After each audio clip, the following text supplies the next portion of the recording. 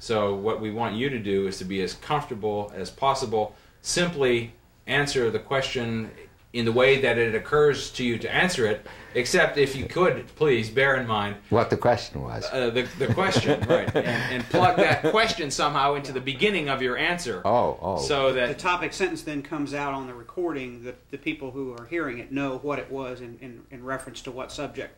Well, for instance, I mean, just... In other words, your voice is not going to be on this. That's right.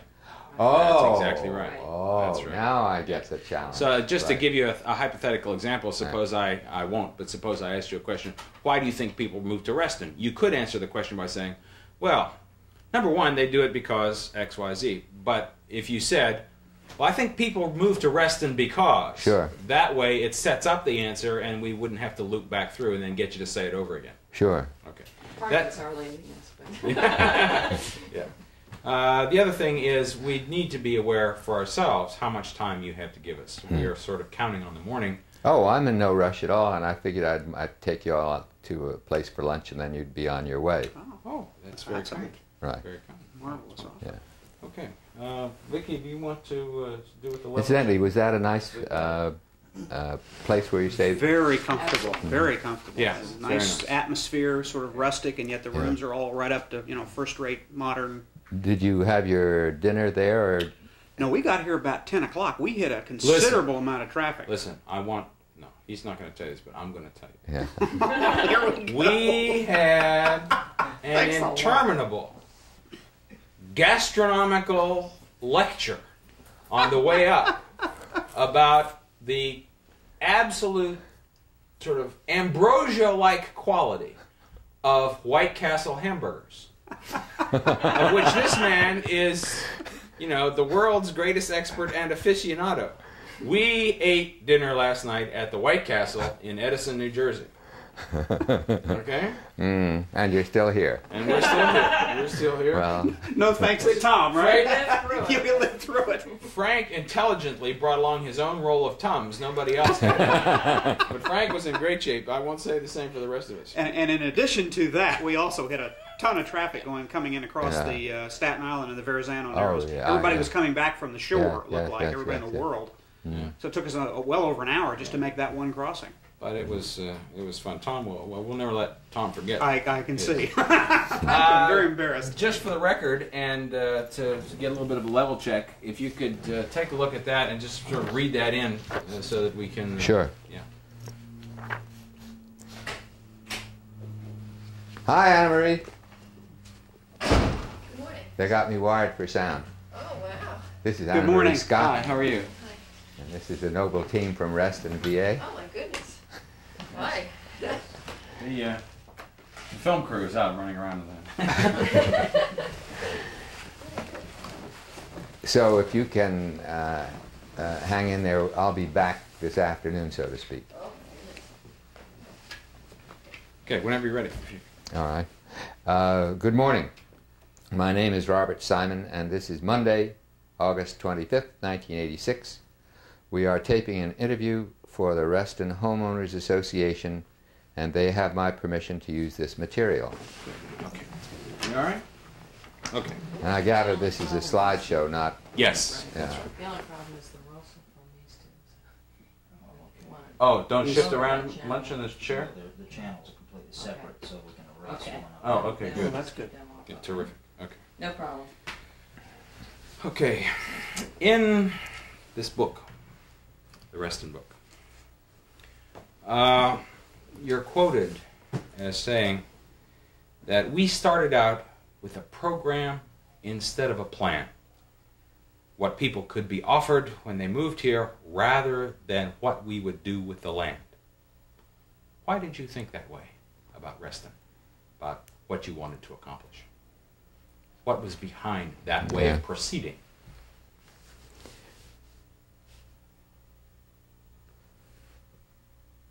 I guess that if you're dealing with a large-scale project such as Reston, you have to think in terms of what people are going to be doing with themselves before you can start thinking of the location of buildings, let alone the architecture. So the planning process with the group that did the planning at Reston was geared to how would people move around and what would their activities be. And then after that, where the housing would be and where the workplaces would be. So it was a matter of a, because you thought of Reston in essence as a self-contained thing, you had to take into account not just where people would sit themselves or go to sleep at night or have a picnic table, but you had to think about the way they would live their lives. Is that what you're... I don't want to put words in your mouth, but that's what occurs to me as a possibility. One of the amusing things about discussions of Reston is the use of the word self-contained. Oh, okay. I never thought of Reston as being self-contained. It would have been kind of dumb to forget that Washington was just a few miles away with all the richness of its cultural institutions and I'll stop for a minute and then you can edit. Okay. Because obviously I have to think in terms of what you're looking for me is 3 minutes, 4 minutes, something like that. Don't worry about it. Don't worry about a thing. Just talk. You've got all the tape in the world. Just say whatever. But if I get on to some long goddamn story or other... We'll stop you. We will probably be fascinated, but we may edit it out. All right. I'll tell you the story and then we'll go back to Rick. We had a front page story in the New York Times by Louise Huxtable, and it went on to continue with a full page in the inside of the paper, and the heading was self-contained, or words to that effect. Mm-hmm. And I had stressed with Ada Louise Huxtable that we didn't totally planned, I guess, are also fighting words as far as we're concerned. So when I called her to say how excited I was with the story, she thought maybe I'd be sore at her because the headline itself said self-contained. And of course I wasn't. I was thrilled. Let me pick up here, Bob, on the line that Bruce is pursuing. If one were to have the luxury of 6,800 acres of land somewhere, and were to set about to develop it in a conventional mode, and whatever conventional means, we could probably talk about that all day. One has a feeling that there are certain very familiar kinds of things that would happen, and things that one would see on the ground when it was done that would look very recognizable. And yet, in Reston, we know that what we see and what we experience and how people react to it is not conventional. They react in very different ways. They immediately sense its uniqueness. It seems clear to me that when you started in, you had the raw material, that going in, for some reason, you already had a perception that what you were going to do there was not going to be conventional, that it was going to be something different or beyond or whatever. And I'm curious to know, what did your planners implant that in you, or did you give them direction and vision that they then worked to about what you wanted to see there? Well, obviously the Reston planning in the early days was a collaborative effort.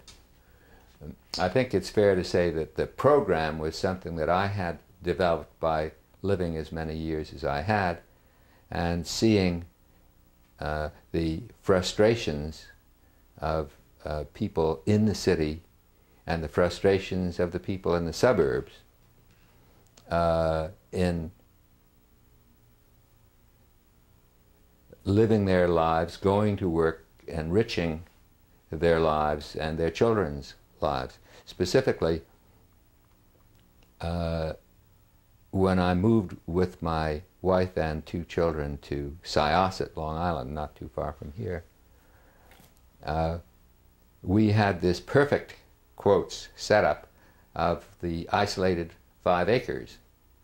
And it was when we had been there for a while that I realized that we had to exercise ourselves quite a bit to get friends for the children to play with, for me to play tennis, go boating, ice skating, doing the things that I like to do. And each of these functions was in a different spot. So the concept was to have as much as we could possibly dream up available to the people who would be moving into Reston. Not that we were planning their lives, but that we wanted to have the opportunities out there for them to seize. So the initial plan was supposed to give as many opportunities as we could possibly plan for. The future of Reston was to be determined by the use of the people who moved into Reston of these facilities. So the concept of our planning for people's lives I have always found rather repulsive. It's the opposite. It's like a smorgasbord. If you're used to eating at a smorgasbord, you have a wide variety of choices, but nobody's telling you which ones to pick. So you start in with a plan where there are many opportunities to choose your free time activities. And as Reston developed, the concept was the usage of those facilities would determine what was built next. That begins to get us into the whole business about the 7 goals that you had to Reston. Could you talk a little bit about them and what it was that made you think in those terms back in the early 60s? What made you think, for example, of building a community around the idea of quality of life, and then to outline a series of goals that you wanted to achieve for that community? And then I've always been interested in the priority. The last one was that you thought it might be a good idea to make money from doing this. But I've always wondered whether or not that was a deliberate thing on your part. That is to say, that you were so taken with the idea of the potential here to do something really different that making money from it was just didn't have enough power to get up farther on the list. And maybe you could talk a little bit about that sense of priority that you had and what the goals meant to you when you were starting out. Well, if you're trying to make it easier for people to enjoy their daily lives, which is basically what we were trying to do, and if you happen to be Rockefeller or equal, which I was not, certainly, and you could give this benignly to a community, you wouldn't accomplish nearly as much as if it were a better mousetrap for making money. Obviously, the more money Reston made, the more attractive it would be for other developers to pick up on some of the ideas that were incorporated in Reston and use them. So that was our approach, and unfortunately it took up till fairly recently for the dollar signs to be really in bright lights. Well, but now, is there a sense in which you feel that what Reston has become has vindicated your sense of priorities about Reston when you started? Well, I'm sure there can be some argument over the thought that the Reston plan is partly responsible for Mobil's financial successes. But I guess I always feel that there are a few dollars or cents per square foot or per acre more for Reston land than somebody else's land because of the plan, and perhaps more significantly that it is perhaps because of the plan that Reston has attracted the quality of, quotes, industrial, end quotes, occupants. Mm-hmm. The educational park, I suspect, is in part there because of Reston's plan.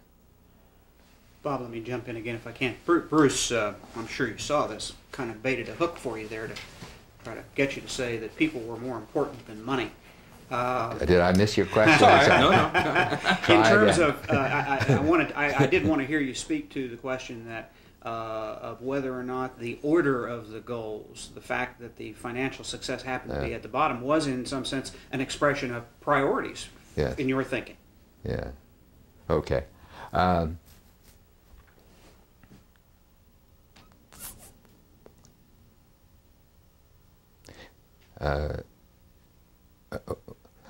Well, I thought I said it, but I evidently I didn't.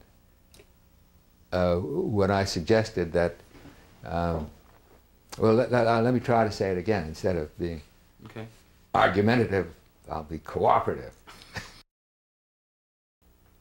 When we were initially planning Reston, we were dealing with a sufficiently large land mass to be able to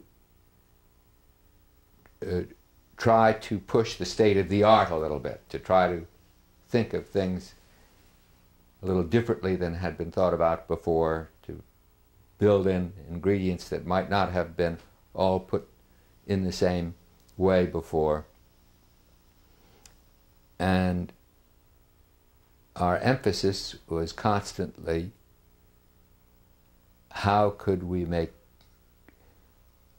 life in the second half of the 20th century in the U.S. a little better, a little more fun, a little more rewarding, a little more productive. And we felt that if we were able to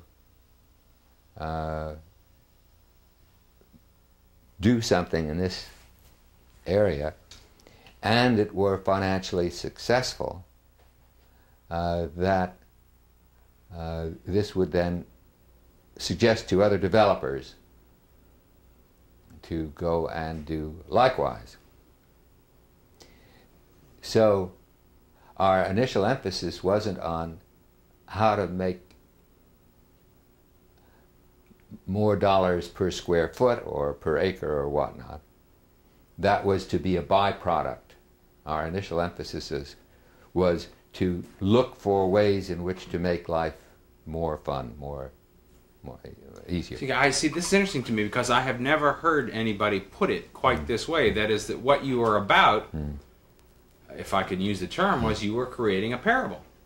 You were creating a thing which you thought would have a teaching effect on other people who were in the same business. That it was in fact possible to create this kind of community and not lose your shirt. Moreover, you were adding to the ability of the American people to live useful and productive lives, and lives that they could enjoy. Now, the thing that was particularly pleasurable about our activities, one of the things, was that the cheering section was hoping we'd make piles of money, which is not the way... Right. You could take the risk and then they could make the money, was the... Well, the usual thing, of course, in a planning board in a village any place is the last thing they want to see is the developer come out. So they will look for different ways in which to see that he doesn't. That is the way our participatory democracy seems to work. The landlord certainly is at the low end of everybody's totem pole. So here we were developer, landlord, with everybody hoping we'd make lots of money, because then this would prove that some of the ideas that we had adopted, which were different from the usual run of ideas, that some of these ideas were worth doing and other people would do them. Yeah. Do you think today that the values that informed this project when you started it, that those values are as important to trying to conduct a life in the last part of the 20th century as they were 20, 25 years ago? Or do you think those values might have shifted a little bit? If you were starting Reston all over again, would you aim at the same point on the target, or would it be, would you be thinking a little bit differently about that? It may be a sign of my lack of resiliency, but I think that if we were to start Reston again today, we'd probably have very similar goals, if not identical, goals for the planning process. So in other words, the experience of Reston trying to move toward those goals has validated them, legitimated them, made you feel like the choices you made were the right ones. Yes, I'm not saying anybody else would agree, but it does strike me that I think that the goals are still valid. At that time, I believe the statistic was that the average American family moved once every 5 years. And one of the reasons for that was that developments were typically homogeneous, that there was the development for the $15,000 to $18,000 home, for the 18 to 21, 21 to 24. The rule of thumb at that time was that you couldn't sensibly have a price spread of more than $3,000 in a development. And this was a means of getting, this was thought to be a means of getting like people together, and this was thought to be the way people like to live. So that it became necessary, as the family changed in size and complexion, to move to another neighborhood. Then also, when people became successful, they liked to be able to show it by their environment. When people had a run of bad luck, they had to move. Obviously, there are other reasons for people having to move in those days, but these were powerful reasons. Moving from one neighborhood to another is a fairly traumatic thing. You have to start all over again with neighbors, friends, acquaintances. You have to begin at the bottom of the heap with the local dry cleaner and car repair guy. And you have to find places where you can do the things that you like to do. So the idea of having within each neighborhood a wide range of pricing and of kinds of housing, I think was very important. And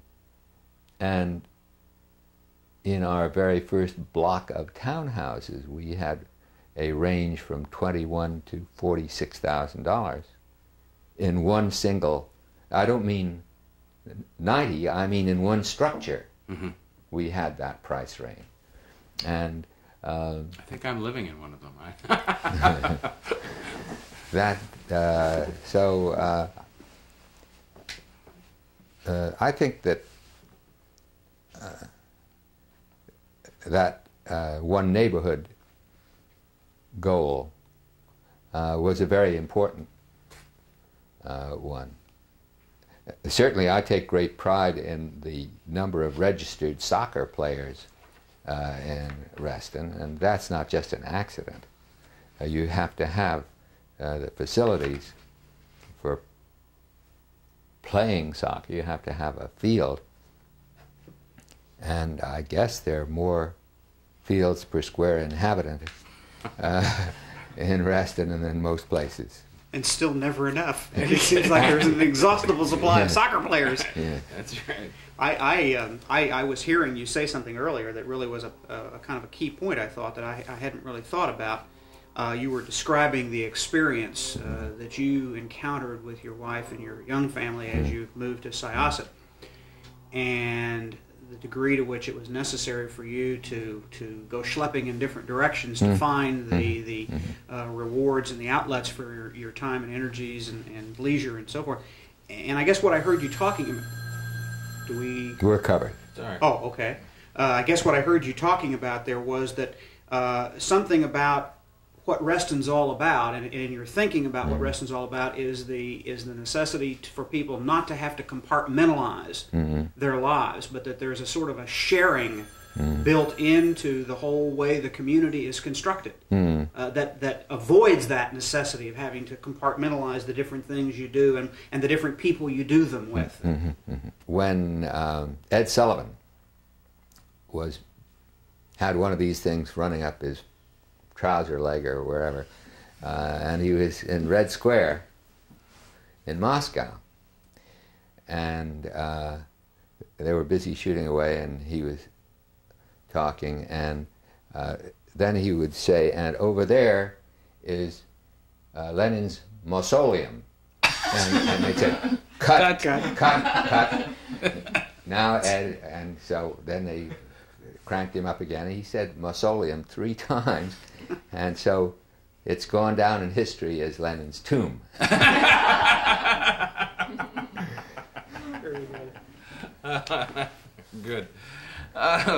Well, when last we were speaking, you were talking, in fact, about on the list the number 2 goal of Reston, that is to say, create a place where people could live all of their lives, from a young family to a retired couple. And that reminded us that one of the things that we need, almost for the sake of the record, is to ask you to hit on each of the 7 goals and to maybe just say it in your own words. I put it out there just as a mnemonic device, to hit on each one of them and to, not to read them, but just to state them in your own words, so that we have that and can sort of work around it. Yeah.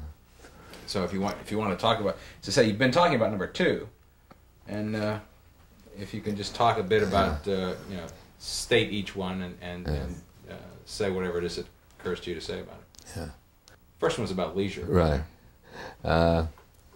In the early days,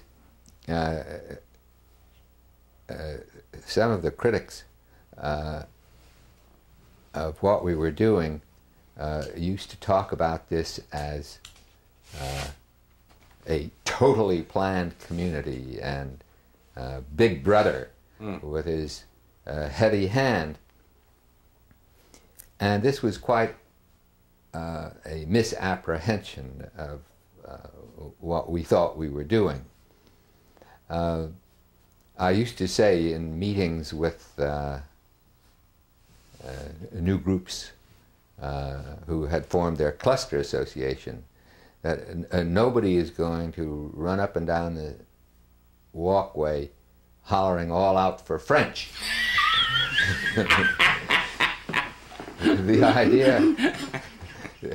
The idea was to have the opportunities out there and let people do what they felt like doing, but make it easier for people to do what they wanted to do.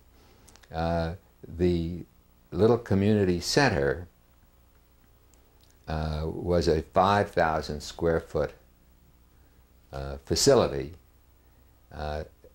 and it was designed for maximum flexibility so that people could find out how they wanted to use a community facility, and out of this would come the need for future special facilities.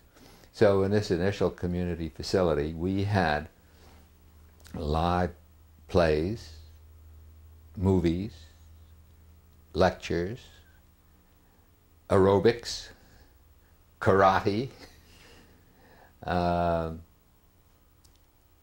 sculpture, painting, Boy Scouts. We had a lot of different things, of course. And a church. Right. And not, a congregation, yes. And not, of course, all going on simultaneously, one at a time. But out of this, having this place where these things could take place, in my opinion, made more things happen, gave people more opportunities to do things they wanted to do. There has been some learned writing on this subject, challenging the concept, and I will always believe that if something is easy, people will do it more readily than if they have to work hard to get it. And not just in terms of initiative, not everybody has initiative, but also in terms of the time that's involved. Mm-hmm. There are just so many hours in the day, and if you can, without spending a lot of time, get to some activity of yours that you really would like to do, you're more liable to do it than if it takes you a lot of time and a lot of... I'll tell my favorite stories, and that is about the little piece of asphalt that we put down on the ground, and we had it laid out for badminton, ring toss, volleyball, and one other that I forget now. And it sat there for quite a long period of time without anybody ever going near it. And some of the staff members used to kid me about it, and it was known as Simon's Folly. It was a rather amusing looking thing with all of these different colored lines on it. Well, one day somebody got the notion of starting up a little volleyball. And the next thing you know, volleyball caught on. And I understand there's quite a lot of volleyball in Reston now. If it's the one, is it the one that's right off of North Shore there near the end of the canal? The Waterview Underpass. Yes. Yeah. Listen, That's very... you have to have virtually professional status as a volleyball player in order to let those people will let you play there today. I'm not kidding. It's absolutely the truth. You can't just wander onto that court on a Sunday afternoon and say, "Hey, can I play?" No way, Jack. You have to work your way up. It's a serious deal. Yeah. So your instincts were right. Yeah. Well, what else have we left out here? When we started building at Reston, we had 3 different architectural firms working on the structures. Clotilde Smith doing Waterview Cluster, Chuck Goodman doing Hickory Cluster, and Conklin and Rosant, who were our planners, also the architects for Lake Ann Center. Now, the reason for this was because we wanted people to feel they were in a community that could be theirs rather than in a place that had been designed for them by one brain, however fabulous. Moving into a place that is as attractive as Heritage Village is an experience that I find a little depressing, because you have some 2,000 units that all look alike. And I haven't thought of this one in years, but I used to say that it's important for somebody to be able to find their way home drunk or sober. And all of this relates to the importance of the individual. If you live in a place where there are 2,000 look-alike residential units spread over a bunch of acres, you have to feel a little bit differently about yourself than if you are in a place where there's a great variety of expressions, architectural and otherwise. So we had that goal that we should be thinking of the individual constantly as we were doing our planning work, rather than be thinking solely of structure and architectural effect. Just as an aside here, the thought I've been having. We really have time, don't we? So I'll take my calls. Sure. It's okay. Uh-oh. boy. Frank's. If it hadn't been for Frank, I would have ripped my shirt and spoiled your equipment. I was about to say that, just as an aside, that the thought that has occurred to me is that the discussions that you must have had must have been interminable. I mean, just on, and you know, continually masticating these ideas and going over them and over them and over them, and yes and no and back and forth. And I mean, you must have spent endless hours drunk, you know, gallons of coffee, smoked, you know, kept the R.J. Reynolds people in business. I'm glad you finished that sentence. You probably didn't hear it the way I did. You said you must have spent endless hours drunk. Oh, no. Well, maybe you did. I don't know. But it has occurred to me that it must have been an incredible... You put the comma in the wrong place. Yeah, I did. Wrong place. Okay. Okay. Well, one of the things that was exciting about the planning process was, at one time, all of us who were involved made lists of all of the things they could think of that would be interesting, exciting, rewarding, stimulating, valuable. And then we combined the lists, and what was surprising was how many of those items on the list were manageable, could be included in planning concepts.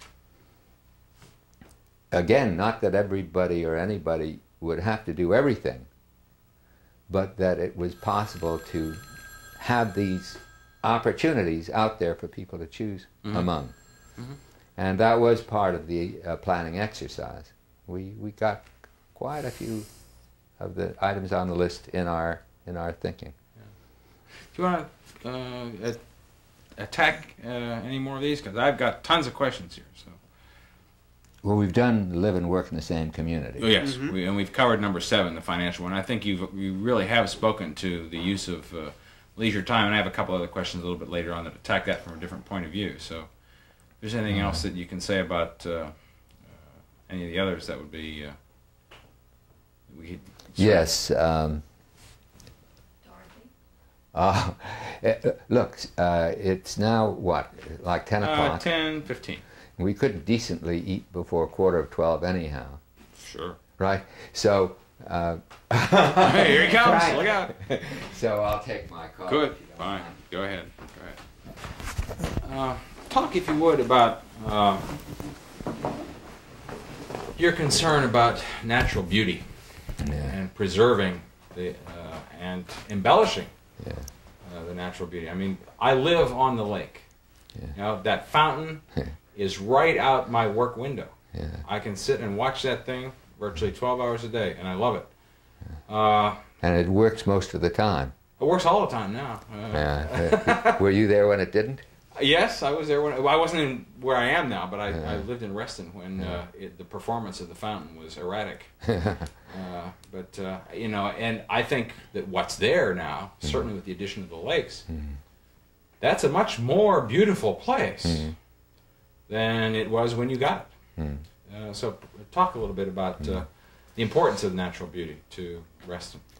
After we had moved fairly far along with our planning and our zoning process, it became time to find a landscape architect to help us with landscape architecture. His very field. And I asked around for names, and a name that came up quite often as being one of the outstanding landscape architects in the country was a man by the name of Kiley, who I believe came from New Hampshire. And so I called him, and he came to my office, and we talked for a couple of hours, and if ever there were kindred spirits, this was it. And so then he went out to do his first sketches for Lake Anne Village. And when he showed me them, I couldn't believe my eyes. What he'd done was brought Versailles to Virginia. Since then, I have surprised friends and acquaintances by being able to spot a Kiley job at 100 paces. Everything's lined up like little soldiers. As a matter of fact, at Dulles Airport, the Pyracantha display is Kiley. Well, what we were looking for was exactly the opposite. What we were looking for was a latter-day Capability Brown. Capability Brown was, I believe, 19th century, maybe a little earlier, in England, and Many is the estate where Capability Brown came in and changed things considerably. When he left, it looked as though they just had happened. Well, that was what we wanted. We were starting with a very beautiful landscaped area by chance.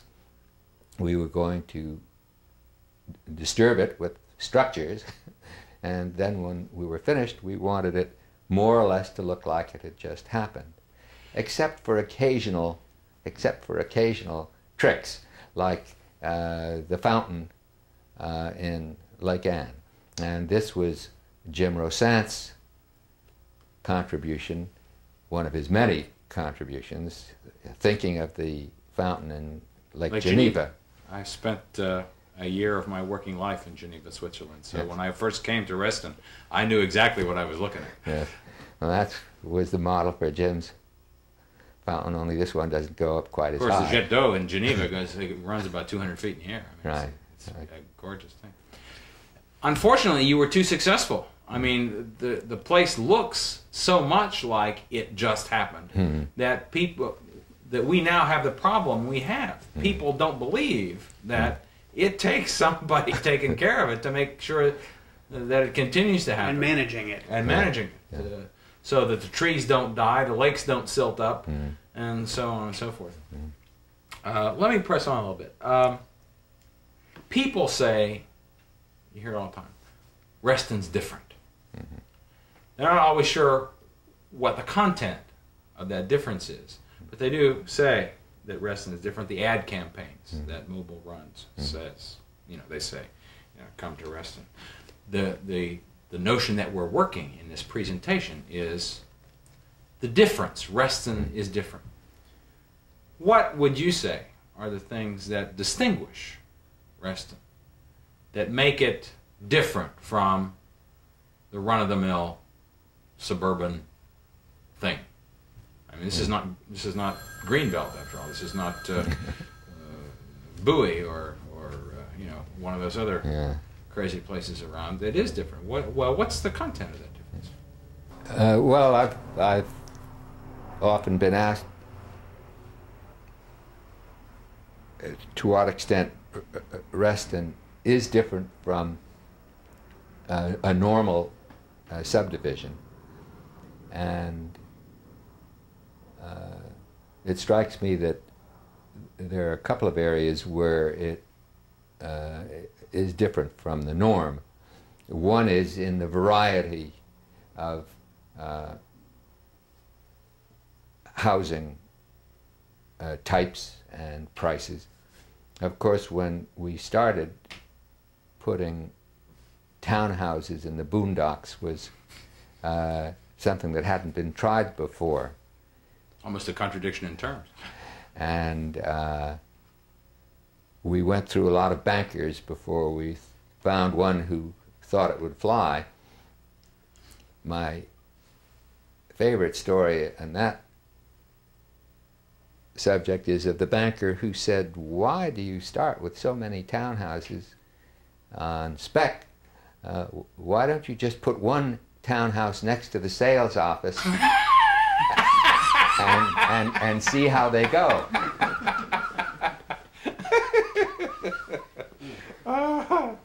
That's funny. Of course, we started with three flavors, as we called them, and three substantial groupings, because we felt this was the only way in which we could demonstrate to the buying public that this, in fact, was a way of doing things. Yeah. Okay. Well, besides variety. Oh, right. Well, I think Reston probably does differ from the norm in the number of readily available facilities for leisure time activity. Everyone nowadays, with the 40-hour work week, except perhaps workaholics, has time away from work and away from sleep, and you can do a wide variety of things in Reston without having to go too far to find it. Let me tell you one of the things that I notice about Reston that's different, and I wonder whether or not you ever thought of this or whether anybody's ever said it to you. I find Reston a very, no pun intended, restful place to live. Mm. Being in the environment relaxes me. Mm. Because I don't, to me, the way the place is laid out, the way the traffic flows, you don't get this sense of mounting frenzy that you can get living in even another suburb sometimes. You don't get that. Reston is very restful.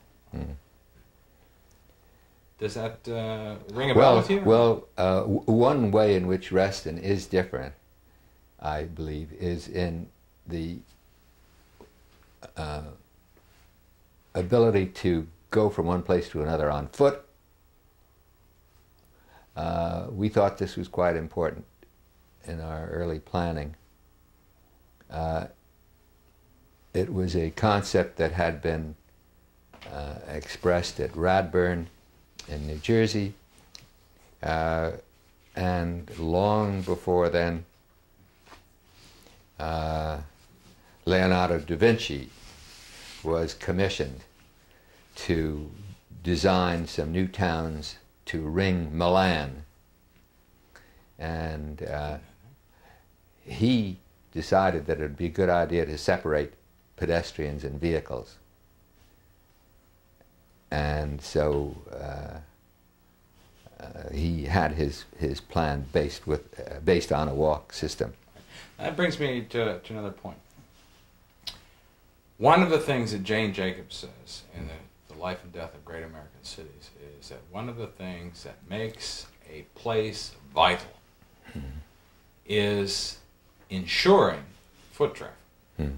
You build it, or you design it, so that people are, in effect, forced to pass each other on the street, or they are able to walk from one place to another.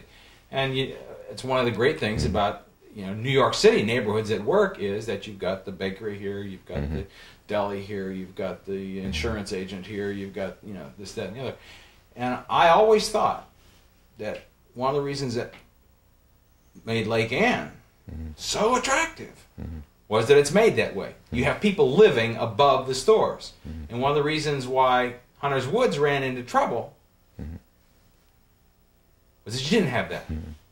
Now that's been in large measure corrected because you have the Fellowship House over at Hunter's Woods, and that has generated a lot of foot traffic in the Hunter's Woods Center. Did you do that because you too read Jane Jacobs' The Life and Death of Great American Cities, or because it was an idea that just simply made sense? Well, one of the seminal items in my thinking was reading Jane Jacobs' Life and Death of American Cities. I think it's a remarkable book, perhaps the most important on the subject of urban living, even though it would be easy enough to shoot it full of holes because of detail. The message is of great significance and was important to us in formulating our plans. The idea of interaction between people on foot and the idea of she talked of a 24-hour, but of a long-term usage of a place instead of having an area where people went to work, and that area would be deserted during the evening hours, and a residential area that would be more or less empty during the day, of having everything combined together was part of our thinking. It was visiting Stevenage in England that gave me the notion that having two-story buildings with people living over the stores would be good for us. And then, of course, as soon as that came to me, I realized that what made Madison Avenue exciting was the multi-use buildings. Today, the multi-use buildings are quite commonplace, but back in the 60s, they weren't done at all. We didn't have the multi-use buildings, multi-purpose projects that you see today. What it reminds me of, you've seen, I'm sure, that I Love New York commercial that Frank Sinatra does. I love New York. I haven't seen it. It's open all night. Well, it's the phenomenon that you're talking about. Yeah. The constant. Yes. Several different populations, each of which uses the same space at different times and in different ways. Right. Yeah. I've got an idea. I'm going to change the topic now. That Reston's, well, let's start over again. I have an idea that RHOA, the Homeowners Association's identity, and even Reston's identity, in some sense flows from the perspective and the environmental ethic that Vern Walker brought to Reston when he came. And I wondered if you could comment on that and expand on it. There is a sense in Reston that you're interacting with the environment that you live in, and that there's a point to being respectful of that relationship. That the idea, by and large, in our society that we are in an environment to which we have a relationship is not very widespread. And to the extent that it is present in people's minds at all, it's present in places like Reston because of people like Walker, who had what I would call an ecological consciousness about just living life. And I wonder if you would just expand on that a little bit and talk about that self-identity of the community related to its relationship to the environment. I think it was in our third year, that we brought Vern Walker on staff. Vern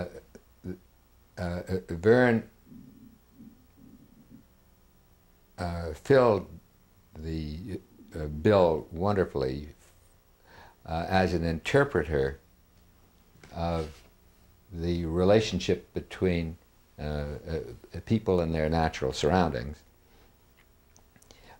He spent quite a bit of time in the schools talking to the school children about it. He had regular walks which people used to join, in which he would describe to them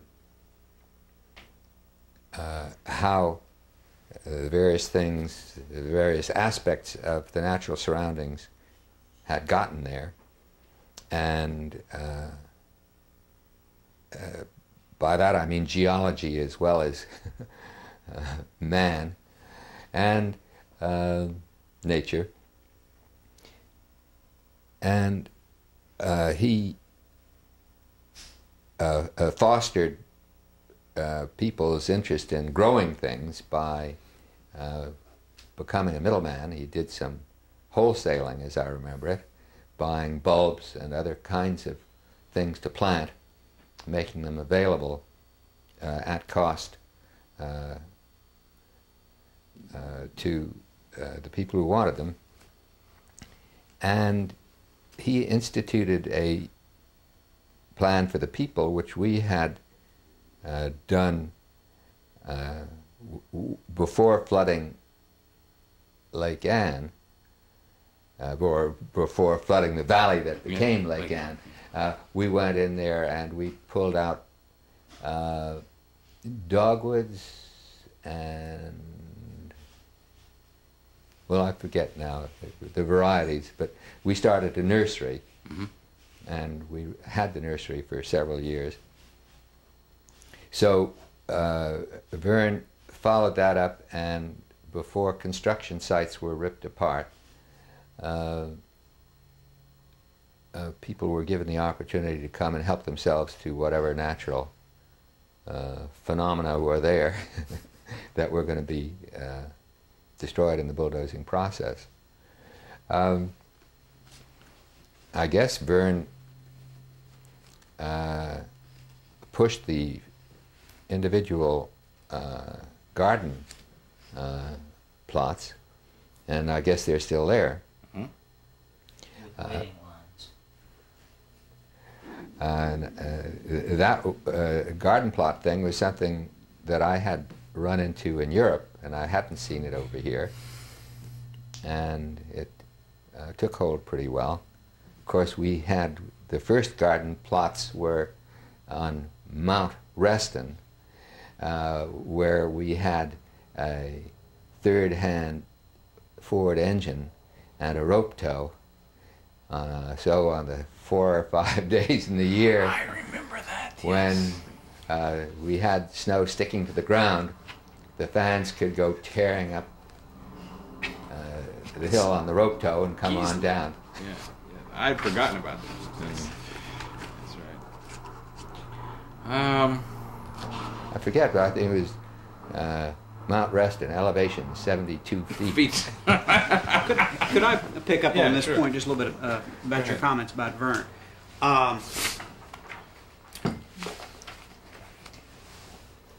I'm a special fan of Vern's because I worked with Vern in a direct one-on-one relationship for the last 12 years of his life. And of course, as you know, subsequently the whole environmental and nature center program and so forth got moved in under the umbrella of RHOA, if you will. And what was interesting about that, and why I say I'm a special fan of Vern's, is because I came to this thing as a city manager. And without overstating it, that has a somewhat mechanical kind of an orientation, sort of nuts and bolts. And Vern was the person who really touched me. We didn't agree on a lot of things, and we always fought, and sometimes I got to make the final decision, and occasionally we'd work the other way around. But but Vern got me to see a side of our existence and our operation as a community that was very different than the particular perspective that I came to the community with and to the job with. And why I'm mentioning this is, and I'm going to ask you here in a minute to maybe try to follow up on it, is that I think in terms of maintenance and in terms of taking care of the legacy that you gave us in your plan and in the way the community is constructed, people come to Reston and they tend to have a very passive attitude about that. Unfortunately, we don't have someone today doing what you referred to earlier, going out, for example, and talking to the new people in the cluster when the cluster is formed. Not only about what the cluster animal is, but about the whole concept and how the cluster fits into that and interrelates to it. We don't have that kind of education. Hence, one of the main reasons why we're wanting to do this presentation. But people have a tendency to want something done for them and to see maintenance as a kind of an ornamental thing, a cosmetic, almost a golf course kind of maintenance with everything clipped and topiary and so forth. And Vern's whole message and whole story was that maintenance really is your interaction with the environment, and that you are as much a part of that maintenance and how you do that as having somebody do something for you. And so what we have is a sense that the environmental consciousness, the environmental ethic, is really a whole part of our existence in Reston. It's kind of one of the major touchstones of everything else we do.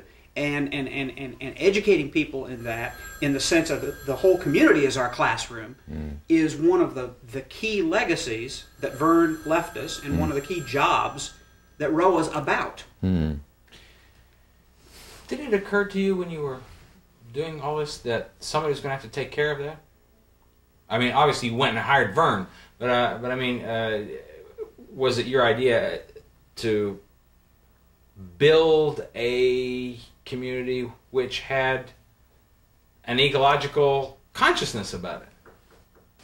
I've always felt that one of the more exciting, rewarding experiences is growing something. It's basic, and if somebody has never planted a seed and watched it sprout and mature into a plant or a shrub, flower, I think they've missed something. It goes without saying that the people who have had this experience and have enjoyed it have a special feeling about the natural phenomena in their environment, and will be more likely to respect their environment.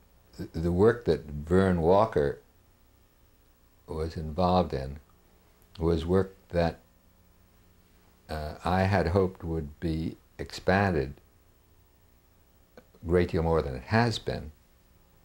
The Nature Center has yet to get off the ground, really. I visited it just this past year, and there are the trails, but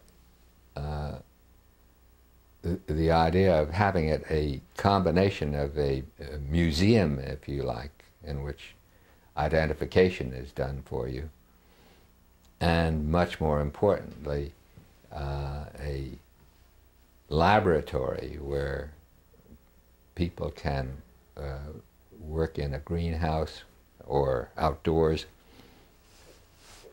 and where the school kids can be exposed to growing things. That still is off in the future, and I'm sure hoping that it will happen. I don't know if any of you is familiar with the Stanford Nature Center. I cite that now and again as what I had hoped might, you know it, what I had hoped, I have heard of it. Yeah. what I had hoped might materialize. The more that people are involved with their fingers in the dirt, so to speak,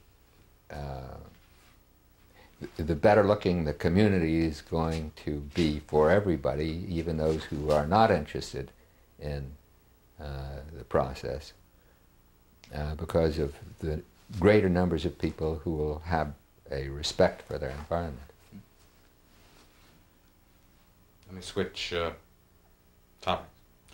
I have recently come off of a humongous project working for the Democratic Party, the Democratic Policy Commission, offshoot of the DNC, and I'm taking a look at what the Democratic Party ought to be thinking about in terms of, number one, winning the White House, but in terms of what's of concern to the American people and how they ought to be spending some of their energies in terms of policy at state, local, and national level. One of the most profound things that came out of that experience for me, and one of the learnings that I certainly hope the Democratic Party is going to take to heart. I don't know if you're a Democrat or not, but for purposes of this question, it doesn't matter. I am, but I'm not thrilled with it. Well, you're like a lot of people. One of the things that they found out from a lot of focus group study that they did and a lot of polling that they did was that the number one concern American people seem to have these days is a concern for family. There's a kind of, if I can use the word, turtling that's going on among people. They're becoming more and more focused on their own families. There's, certainly with regard to politics, a kind of leave me alone attitude. There is a concern that not enough is being done for American families. That has to do with taxes, and it has to do with a lot of things. But that got me to thinking about, in terms of Reston, what would you think the extra dimension that a place like Reston adds to family life? A young family moves to Reston today. What is it that they can expect?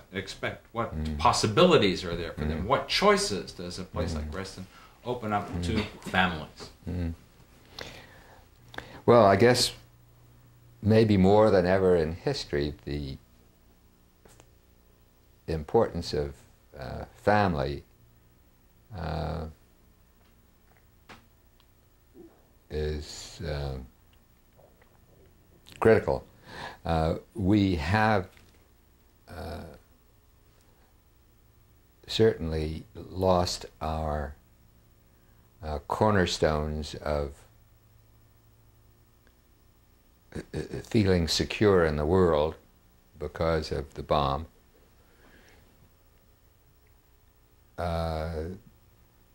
Although there's a religious revival that's been going on for a decade or more, the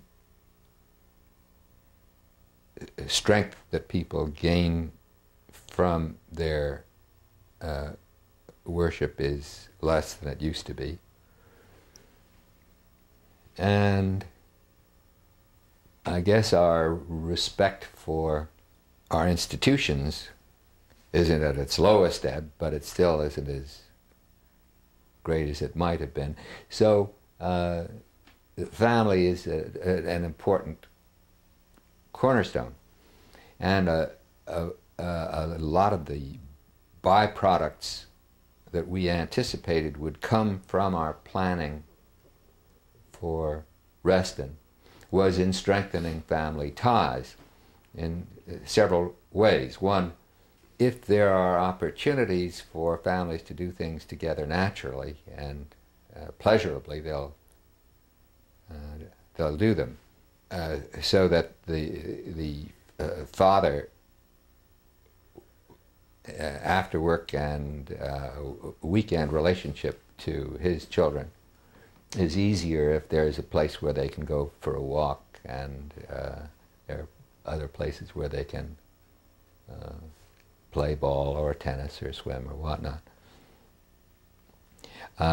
It's easier for grandparents to relate to their kids if they can be in the same neighborhood or same neighboring neighborhood.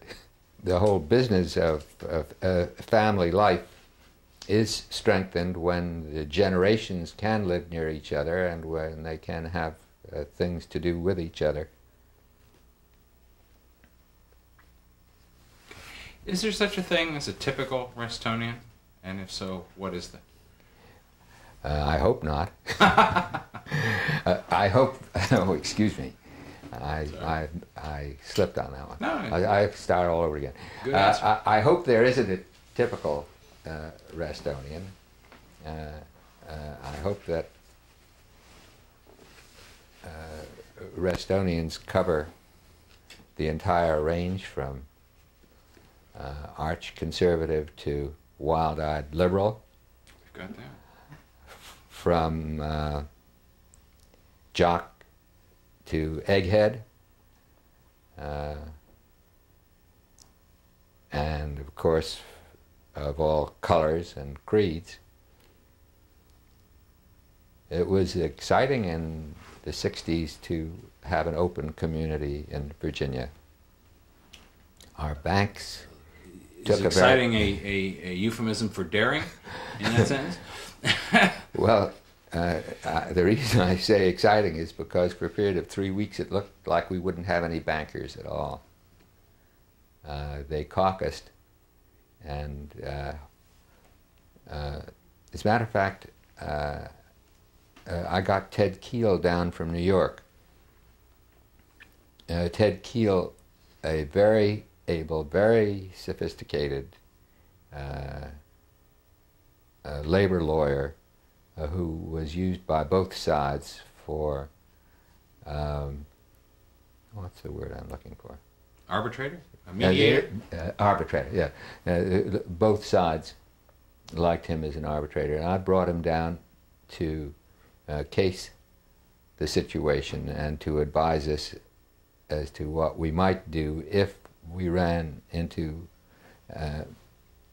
an embargo on money from the banks because of our open policy. And fortunately we didn't have to use his talents, because after 3 weeks the bankers decided they might just as well let it happen. Well, time marches on. I mean, you can't... Virginia, the state of Virginia, although it has maintained close ties to the 19th century, has in fact been dragged kicking and screaming into the 20th, just as we were about to broach the 21st. So I suppose it's almost impossible to recreate for ourselves what we saw in the 60s. It's such a different world. Yeah, I know, and we were talking about this in the car on the way up. My way of thinking about that is that you know that you're getting older when your kid comes up to you and says, "Dad, I didn't know Paul McCartney belonged to a group before Wings."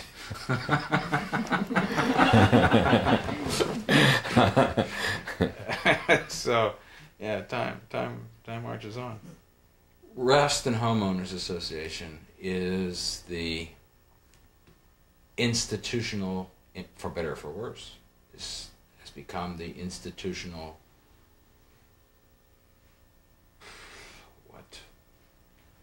banner carrier or flag waver or preserver of the original goals that you had for Reston. It's the place where those things get acted out in terms of budgets, in terms of people's time, in terms of machinery, equipment, whatever it takes to upkeep, whatever it takes to do that. I wondered if the extent to which you thought about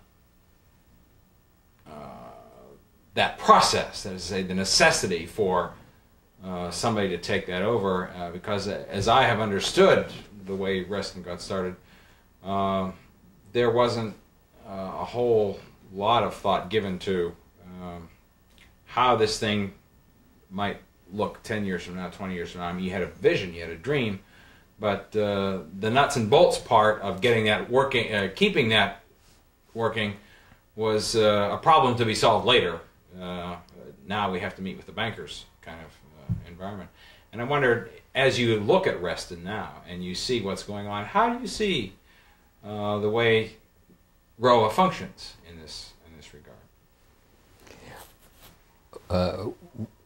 Part of the planning of Reston, of course, involved governance. And in hindsight, it's rather amusing to see where we came out. But we weren't bold enough in our approach. What we did was our lawyers collected all of the association material that they could find in Hawaii and in the various states and in certain projects that involved quasi-governmental associations. I think the funniest thing about our myopia at the time was that we, of course, favored one man, one vote for the nation, but since none of the documents we looked at for associations dealing with land and home ownership were based on that principle, we didn't think of it. We went with the Home Owners Association.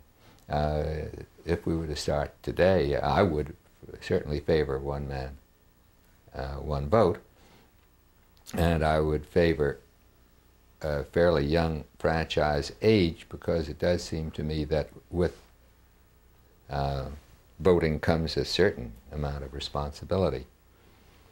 I do read the publications that are produced in Reston, and I have seen reports of debates regarding dues and function of RHOA. RHOA, in our view, was to be the vehicle for governance of Reston until such time as Reston became a political entity within the county and the state. We started the dues at a very low level in our view, because we wanted the community to have the opportunity to decide how much they wanted to spend for what various functions. I noticed that some of the debaters are seemingly unaware of inflation, because I believe it's true that in real dollars the dues have never exceeded the original $60. Is that true? If that is, boy, that's a very we've shared this conversation. Profound point to make. I think that it may be that this past year, with the $30 increase that was so controversial, we may have finally closed that gap for the first time. I think we are right about where that line now. What is it today? $185. No. You're still considerably below, because today a While we're talking, I'll get you it up to the minute, but it's about 3:30 from 1967. And it, The index? Frank, congratulate me. I did it this time. and let's see, in '67 it was it 40 or 50? I don't. It may have crept Zero. up. Oh no, I was thinking about the RHOA assessment. How much 60. was it? 60 in '67? Yes, Okay. that was it. Marty, back up.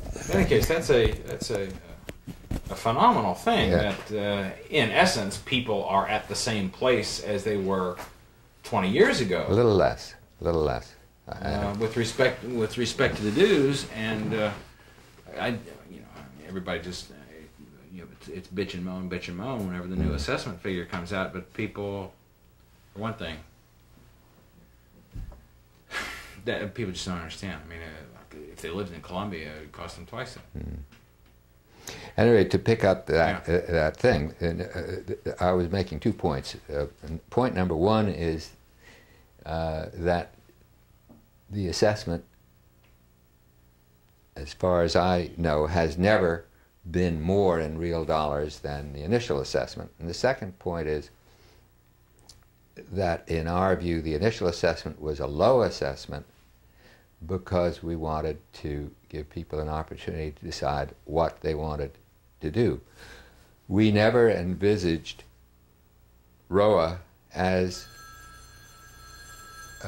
being limited to taking care of the physical property. We always thought of it as a vehicle for doing what people wanted to do.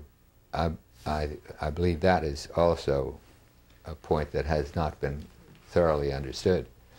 That was our intention. I'm not saying that it should be one or the other. Yeah, it may be. Okay, so the idea that we're working at here is that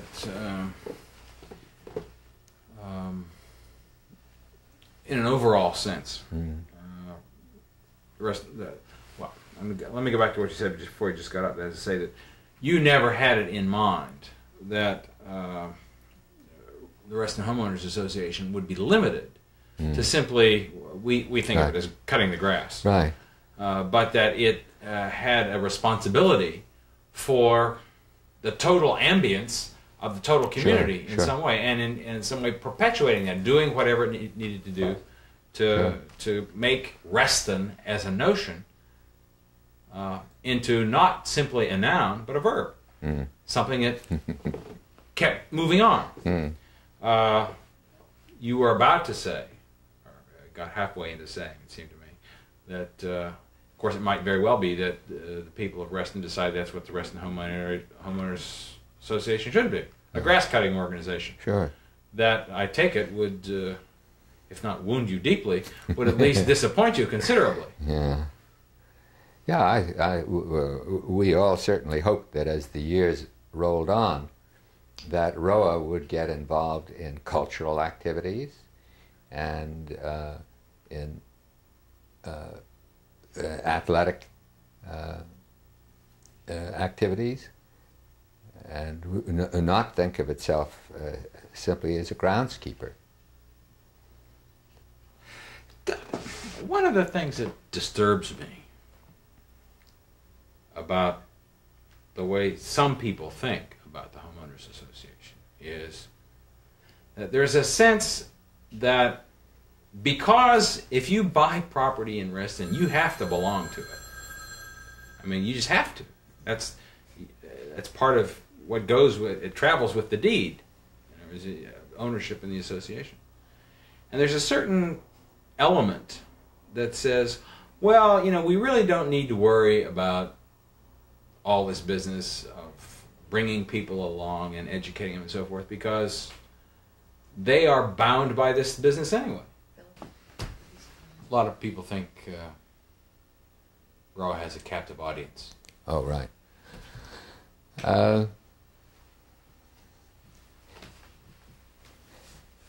It's amusing when demagogues get going, how they sound like our founding fathers and talk about taxation without representation and things like that, quite mindlessly. we are all part of various political entities. Well, the United States, for instance, and we don't exactly call the shots on our national policy. State government, we don't call the shots in Richmond, Virginia. County affairs and Reston affairs, RHOA. So the concept that everything that Tom does should be dictated to him by each individual is ludicrous. It has to be a democratic process. The majority has to set policy. That's the way life is. Or the majority designates some board or council or group to do that for them. You can't have everybody making. I think that's what you were saying. Let me say it for the record.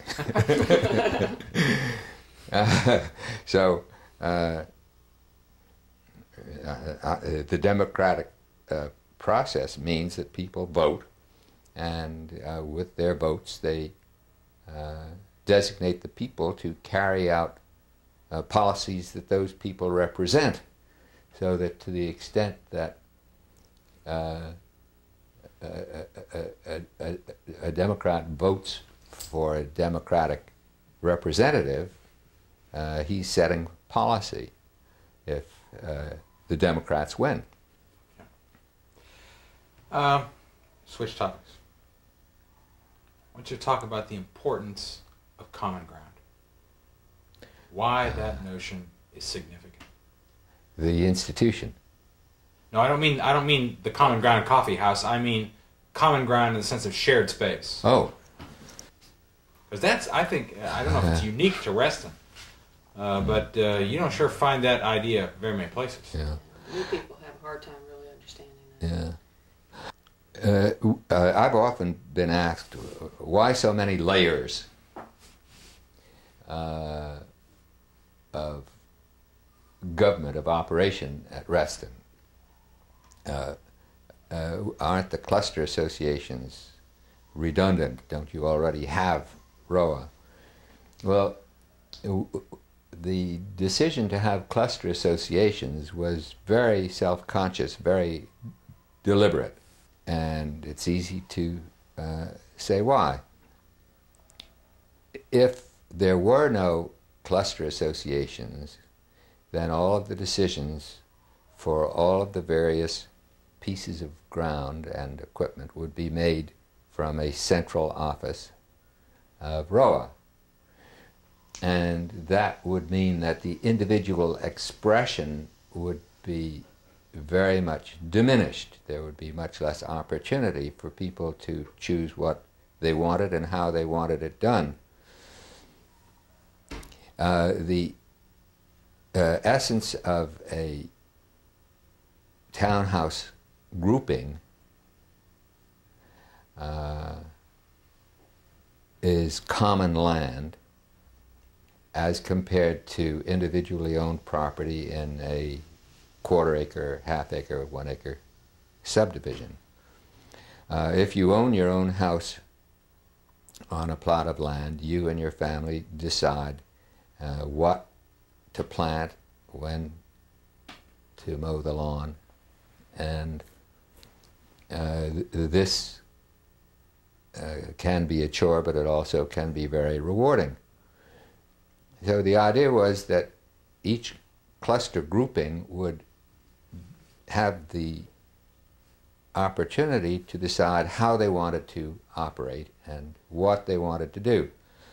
I was hoping, I don't know if it's ever happened, but I was hoping that some clusters would be set up on the basis of a roster system, that able-bodied people would be doing the maintenance themselves, and say that the money that they would otherwise have to spend on that process for something else. I don't know if that's happening, but certainly we thought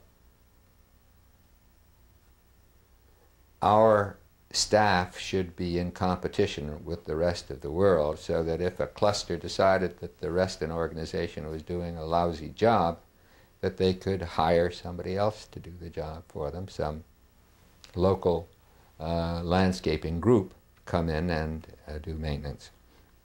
That was number one. The cluster association gave the cluster the chance to make their decisions as to who would do the work, either their own people or the Reston organization or some outside organization.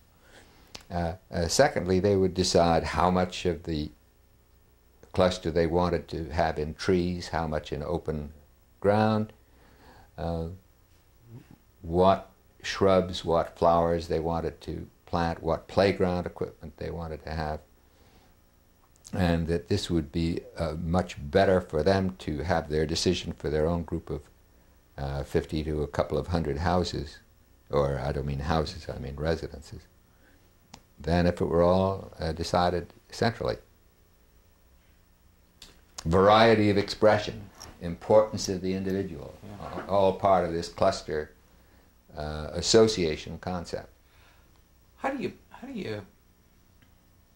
I'm thinking almost in terms of a practical matter, like as advice to the Reston Home Owners Association, how do you get people to buy into that notion?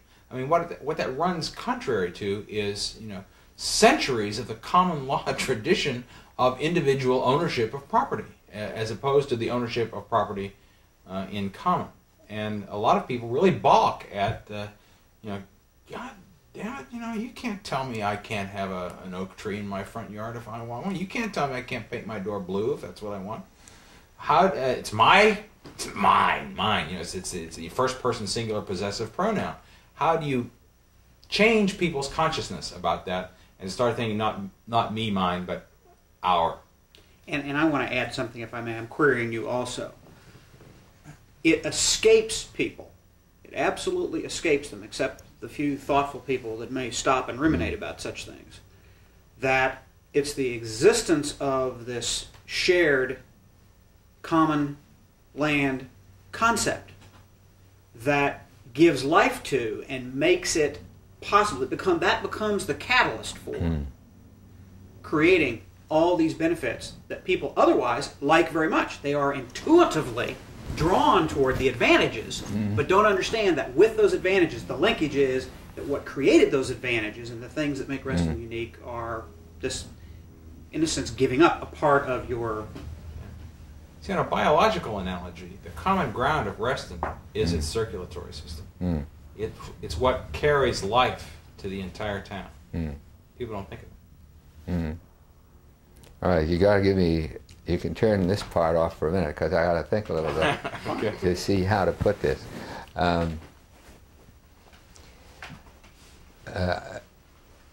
We're on a totally different subject now. We're on the Architectural Review Board.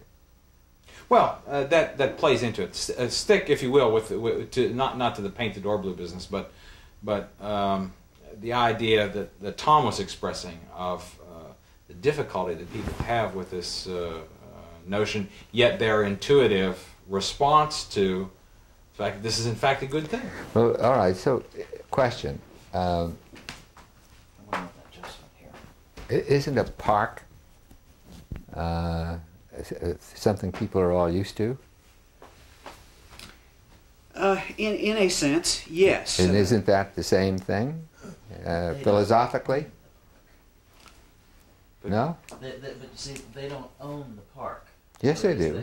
Well, this would be the way I would look at it if I was going to be negative about it. Well, let's have the devil's I don't own advocate. the park. It belongs to the city. But this cluster, I own this. So why can't I do what I want to in it? See, I've got equity in the common ground here, so it's mine.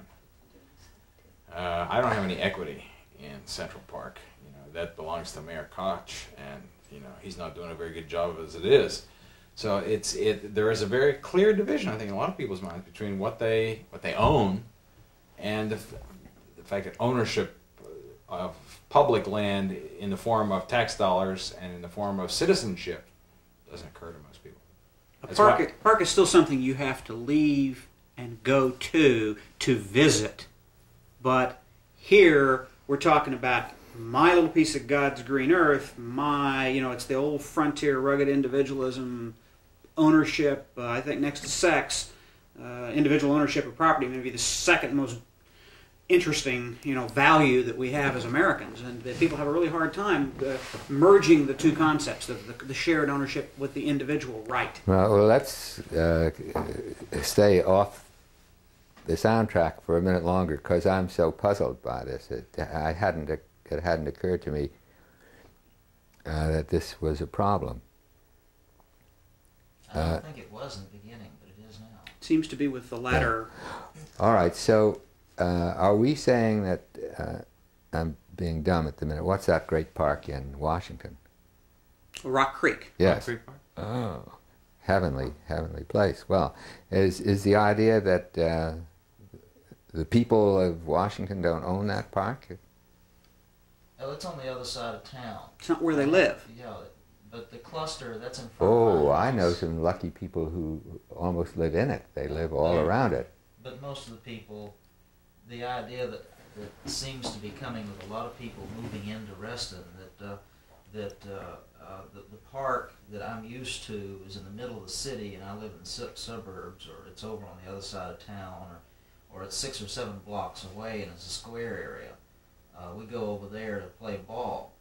But here's this so-called cluster property that's right in front of my house, that if I lived anywhere else, that would be my front yard. How does this common property relate to me, and why doesn't it belong to me instead of a common group? A lot of the new people moving into Reston can't grasp the whole principle of the common All right, well, property. there are the two pieces of ground side by side. There's a little ground that goes with the house. Yeah. And they're not complaining about the Architectural Review Board telling them they can't. No, that's not it. Not per se. Yeah. The problem is with the other ground that is owned in common.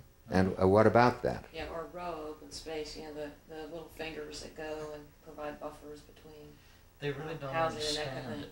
They want to really incorporate that into their own yards and start carving it out and changing it to be what.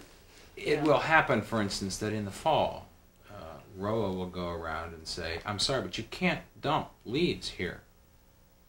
You can't put your leaves from your tree Property belongs here. to everybody. This property belongs to everybody. And people say, well, why not? It's just woods. You see? and the idea that... It's my woods. and it's my woods, too. And get very exercised about the fact that you've told them that for the greater good, they can't do what they want to do as an individual, and then you really get people.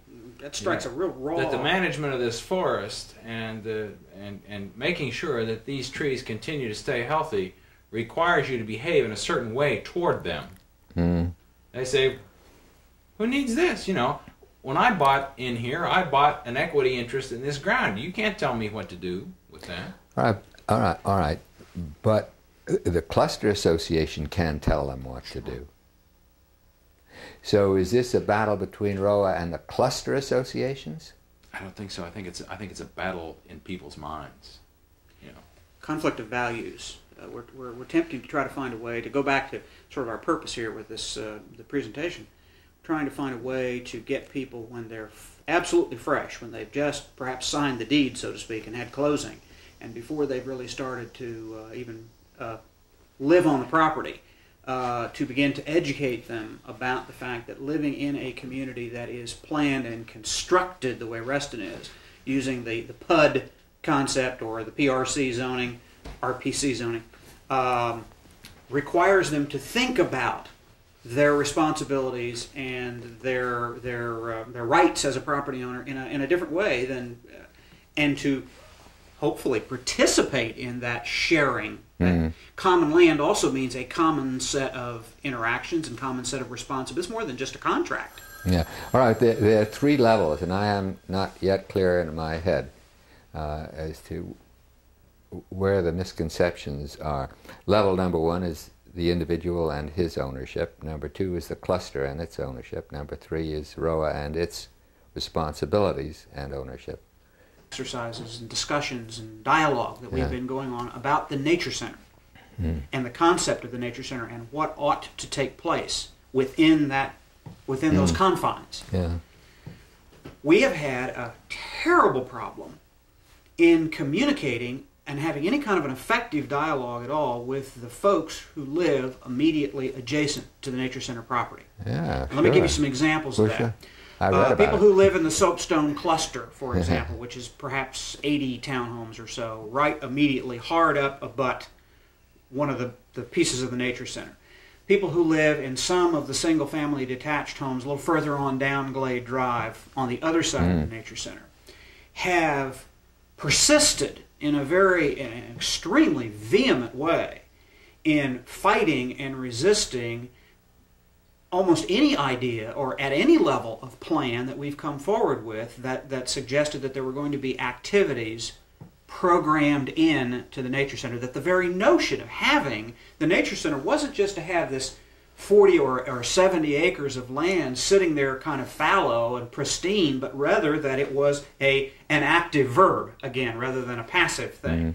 And so anything that we've talked about doing from the lowest level to the highest level has been something that they have resisted on the basis that it was going to be detrimental to their rights as owners. They have seen that land not as a resource that belongs to the community, but rather as an extension of their backyard.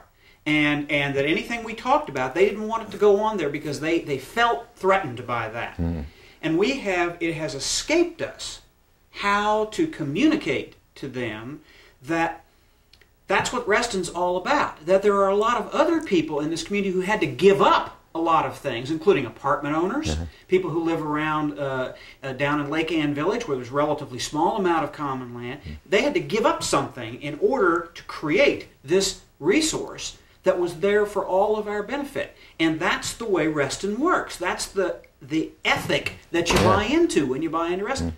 Just they don't want to hear that. They feel threatened by that. They refuse to engage in that, and we cannot get that point across. Well, that's what we call participatory democracy. This is what happens anytime you go into a town to do a development. The people who are right next to it, who are used to having that open space, want it open and don't want any development at all. So you're never going to convince those people. All right, then I would only say that on a more general level, perhaps my example is too specific, but on a more general level, that's still a difficult dialogue. I was just trying to encourage you to go ahead and do whatever you want to do in the Nature Center and assume that whatever it is, the majority of people on the periphery will object. Okay, I accept that, but still, please accept my contention that that's a general problem we have in terms of perception in the community. Well, I think this cluster thing is quite different. I think so.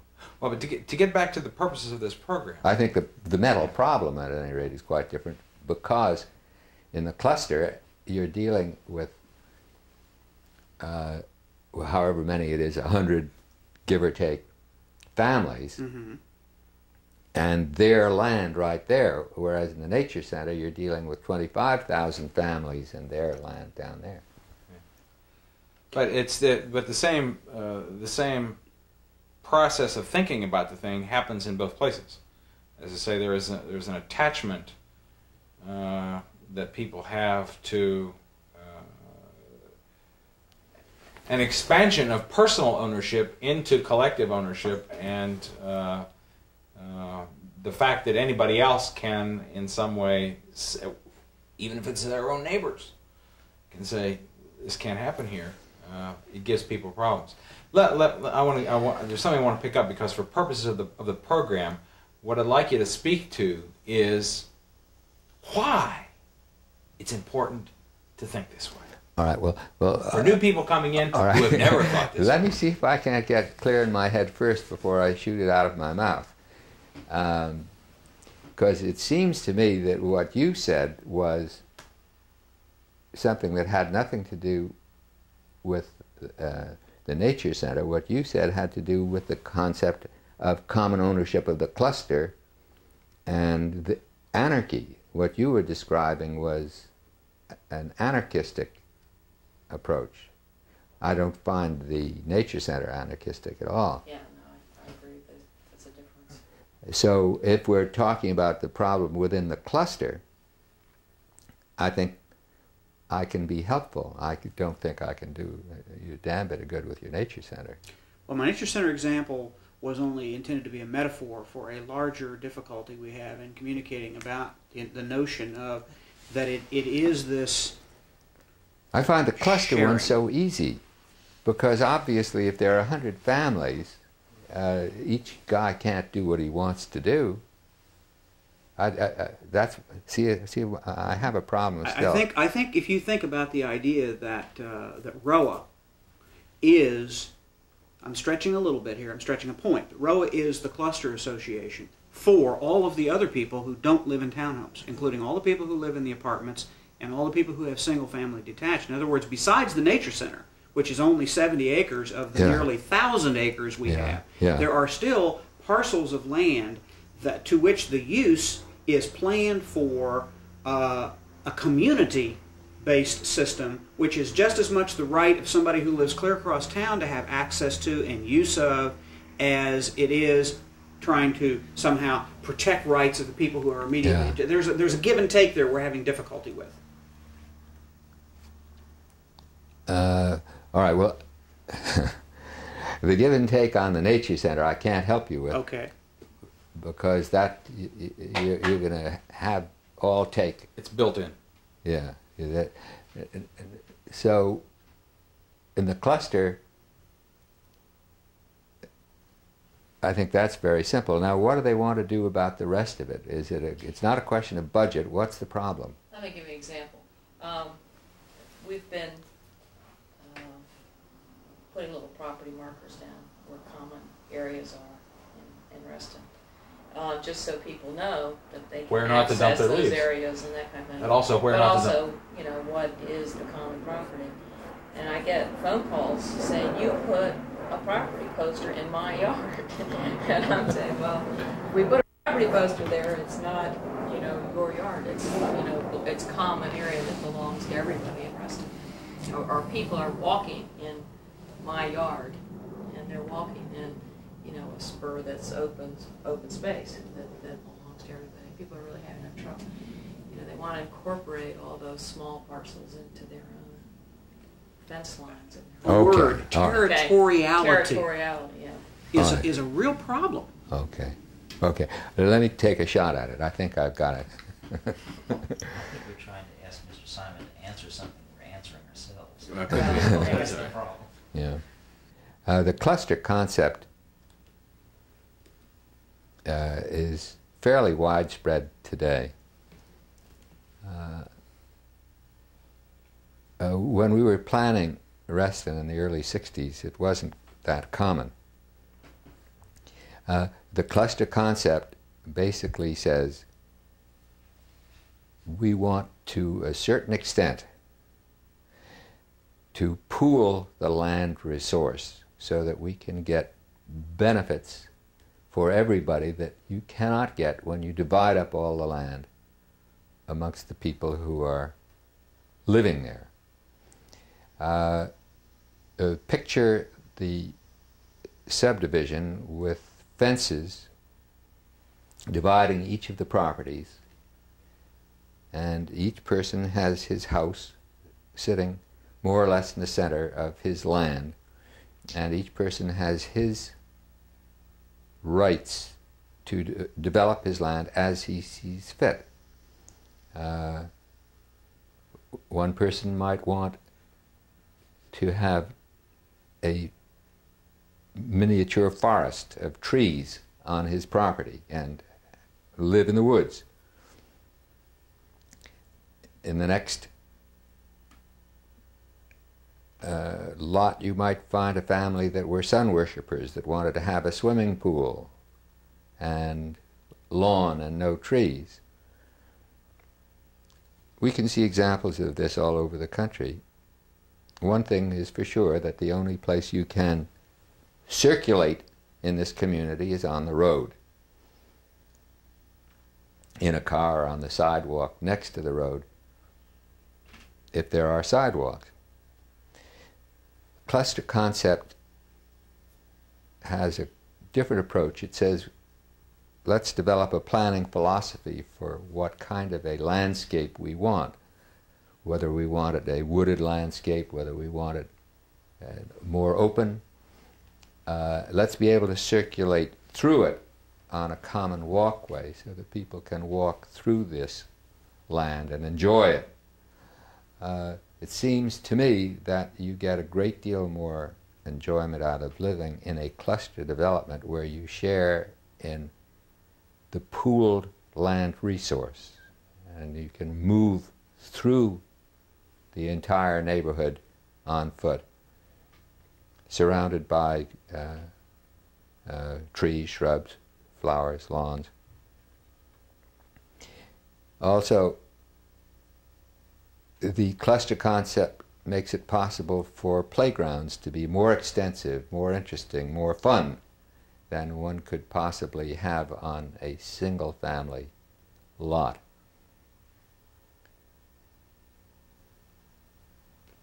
Within a cluster association, decisions can be made not only in terms of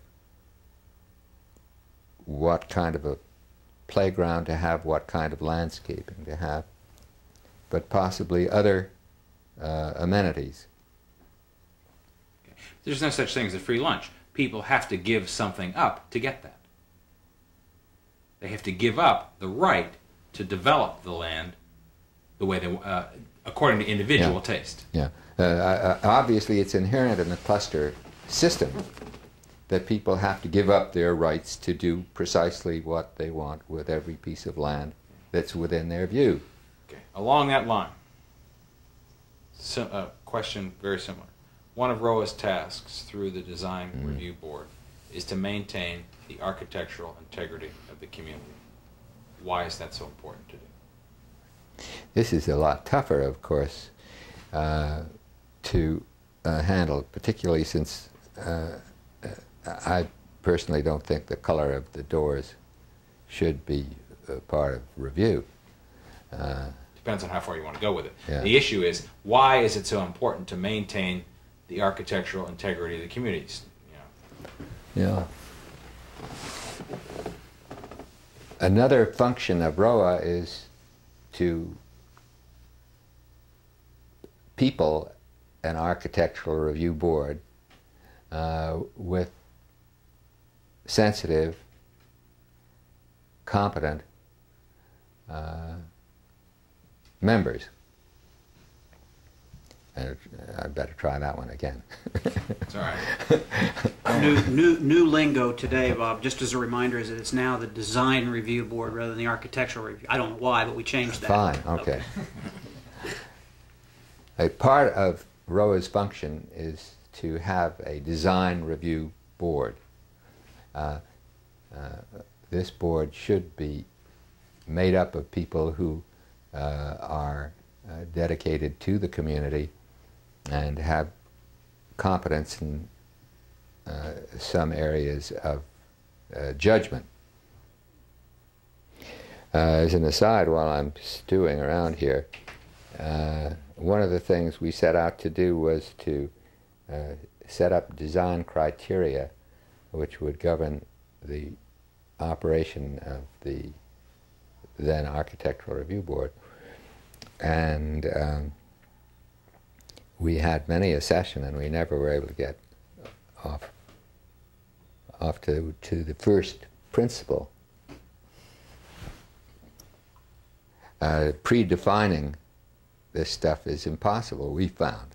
At any rate, I remember one of the things that they seemed to be all embracing was homogeneity of expression.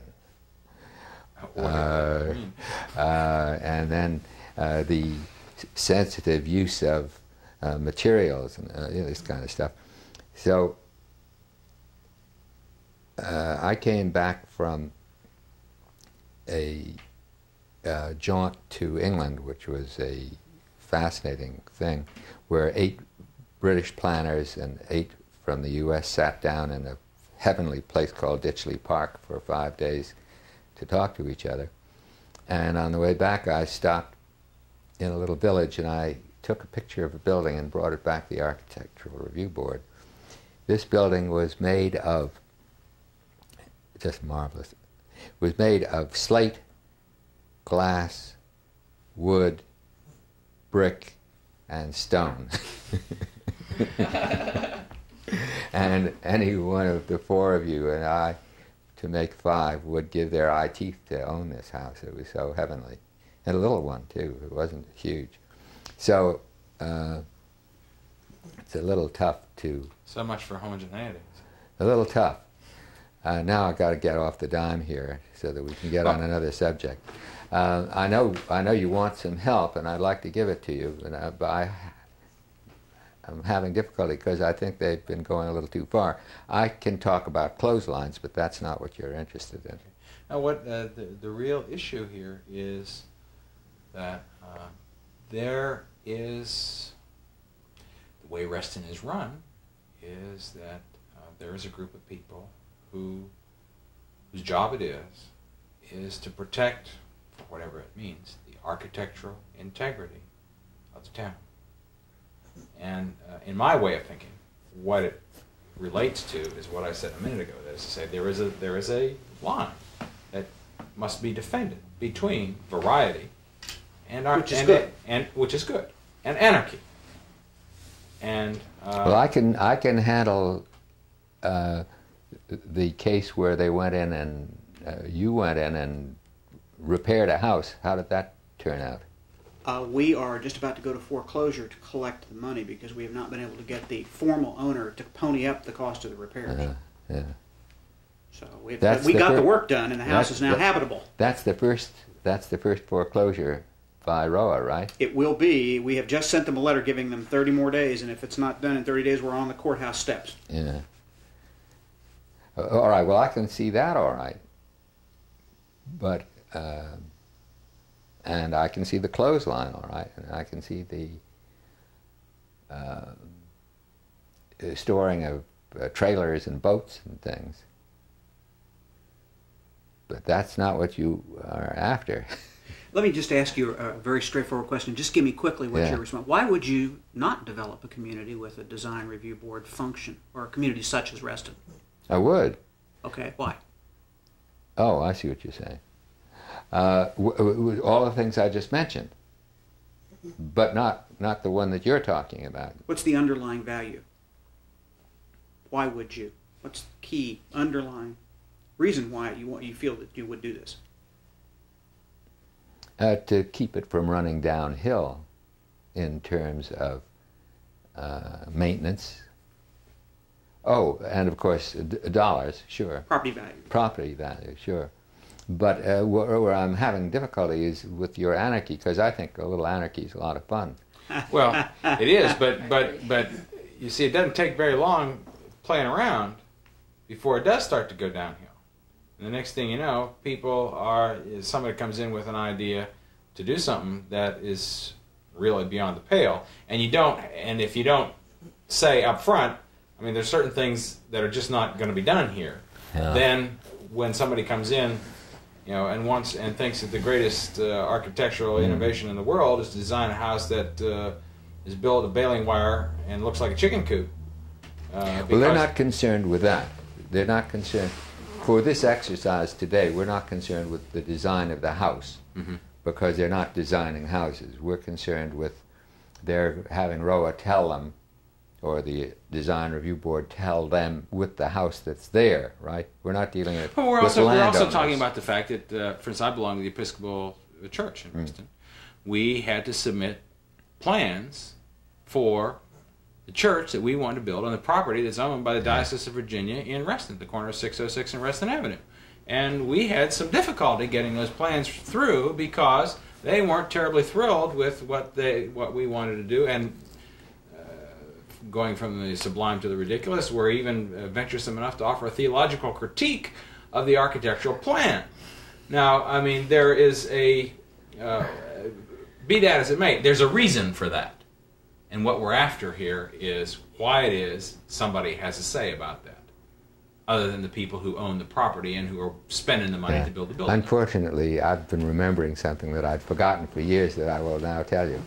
And that was that the first couple of churches that went up, they were scared to death of this architectural review thing, because we had these meetings with the representatives of quite a few different church groups before we got the program started. And one of the things I had said to them was we were going to enforce architectural review on their plans more than any other group, because from time immemorial, the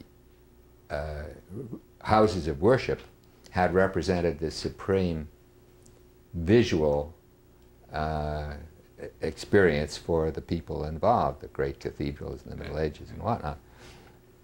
So they were quite afraid, and the first ones to go hired Conklin Rossant because they were so worried about architectural review.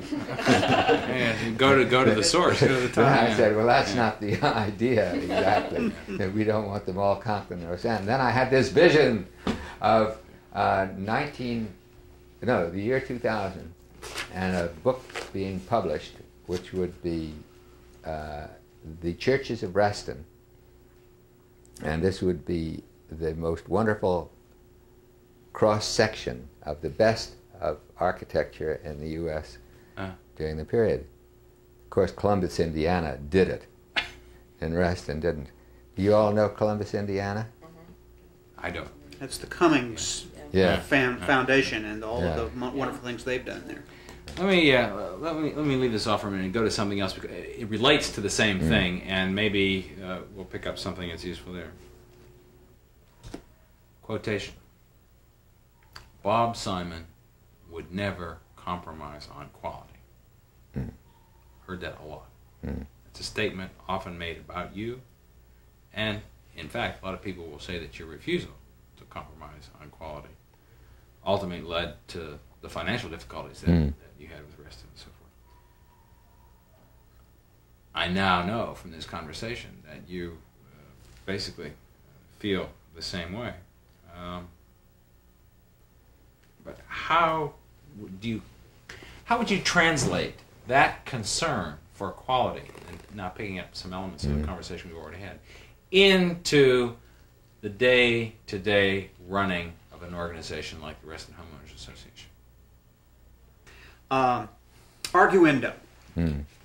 Bob Simon would never compromise quality, and everything, this is the arguendo, and everything that you did, the decisions that you made in terms of the way in which the plan was put together, the expression of that, and so forth, was done to your satisfaction. I wanted to say it was done perfectly, but there is no such thing as perfection, but it achieved what you wanted it to achieve. Now, having gone from the point that you would not compromise on quality and that you achieved there physically what we see on the ground to the level you wanted to, you have left a legacy. Okay?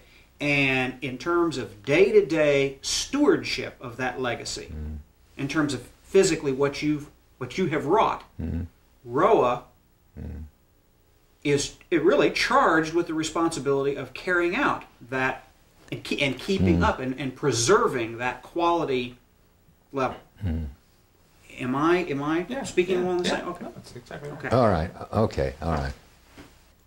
Each week, the Reston publications come to me through the mail, so I keep in touch, and I'm happy to read the lines in between the lines that indicate that RHOA has a sense of mission, and that is to maintain standards of excellence, not out of a spirit of vanity, but because well-maintained lands and facilities, even extending to the maintenance of residential units and commercial units through the offices of the Design Review Board, make for the pride in home of every resident of the community.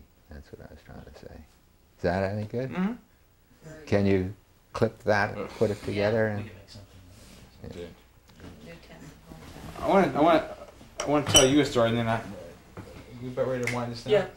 One last thing, and I'll tell you a story, and then ask you to comment on it. Some time ago, Tom and I were having a discussion about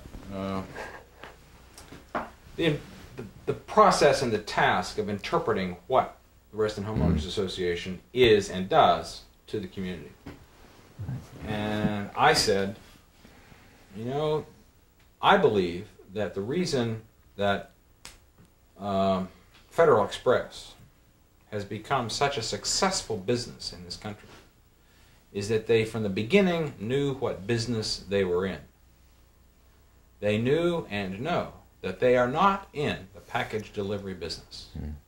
They are in the peace of mind business. Mm. That's what they sell. Mm. What, I said to Tom, what business do you think RHOA is in? I said, I think I know what the business RHOA is in. I want to know what you think RHOA is in. Tom gave me my answer. I believe that what RHOA is in the quality of life business. Mm. What do you think of that? Yeah, I guess that's a good capsule. It may be a bit hackneyed, or it may be a bit of a what's the word I'm looking for? Cliche. Yeah, cliche. Because it's a term that has become somewhat in vogue. Yeah. But as to Reston, place specific and what you created, I think that's where the mission comes from. Yeah, absolutely. Okay. Okay. All right. Well, then I guess we have what we need. Have we? I hope. I need to do one other thing. Ah, yes, I you wanna hate take- to bother you with that. I need to take a few slides To put it in to this go show. with the show. Could So I ask? if you're- Could I ask Bob a question? Have we pressed you too hard today? Do you feel comfortable with what we've done here? Oh, sure. Okay. Hell, because I wasn't about to say something that I didn't believe. But then we knew that before we came. Yeah, but I wanted to, obviously to help you.